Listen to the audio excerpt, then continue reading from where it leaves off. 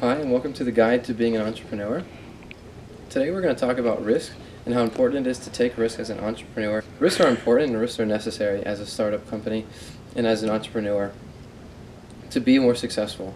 Remember, bigger the risk, the bigger the reward. It is important, though, as you take risk, that you are going to fail. Know it, embrace it, and learn from it. Failure in a startup business is redefined as a learning experience. So learn from your mistakes and grow from them. Although 92% of startups do fail, remember that most of those are done from premature scaling, which I'll talk about later in the series. But you can be successful, and it is possible for you to be a success with taking risks. So remember that. A list that was compiled by Forbes talked about the 10 most important risks to take as an entrepreneur, and I'll go through these now.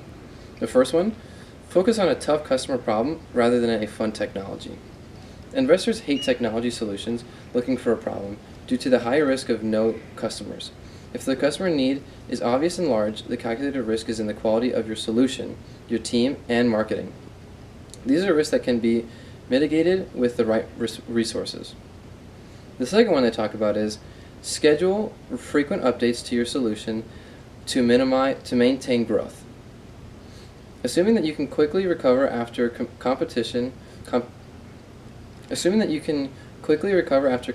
kill your cash cow is not a smart risk. You need a plan to regularly obsolete your own offerings with continuous innovation before customers send you negative messages. It's hard to recover from a tarnished image. The third one they talk about is plan to deliver a family of products rather than a one-trick pony. Even with a great initial product, with no follow-up or no follow-on, it won't keep you ahead of competitors very long. A smarter risk is to build a plan and associate it with greater resources and have more products or a product line. The fourth one is implement a modern, real business model. Providing everything free and growing users to the max for years, like Twitter or Facebook, is a high-risk approach requiring deep pockets. Risk is more manageable with subscriptions and even freemium pricing. Even nonprofits need revenue to cover their costs and continue to provide services. Number 5, find a strategic partner to accelerate growth. Everyone wants to forge ahead all alone and kill every competitor in sight. Almost always, risks are more predictable when you use cooperation for access to new customers, economies of scale, and shared resources. Finding win-win deals is a manageable risk versus a battle with one winner.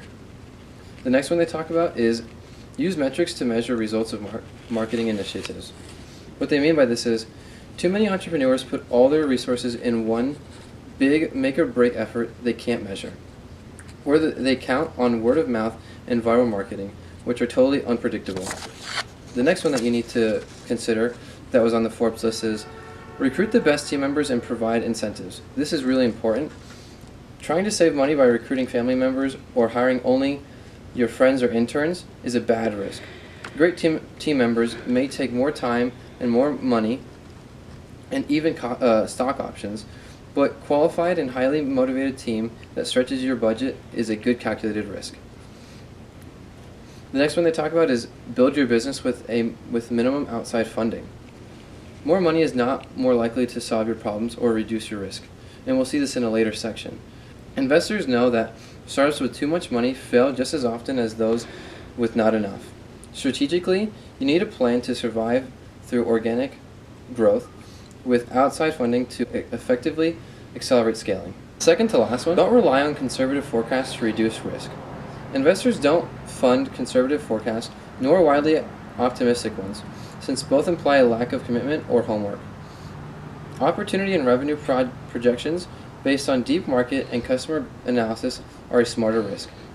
Measurements and business intelligence along the way also mitigate risk. And the last one that the Forbes list talked about was be a leader rather than following in the footsteps of another. And this is probably the most important risk on here. Many entrepreneurs think that they can reduce and predict risk by emulating previous winners, like Google or Twitter. But stepping into a crowded space to steal customers is more risky than attracting new ones. So be a leader, not a follower, and take risks. This wraps it up for the Guide to Being an Entrepreneur, Part 1. We'll see you next time.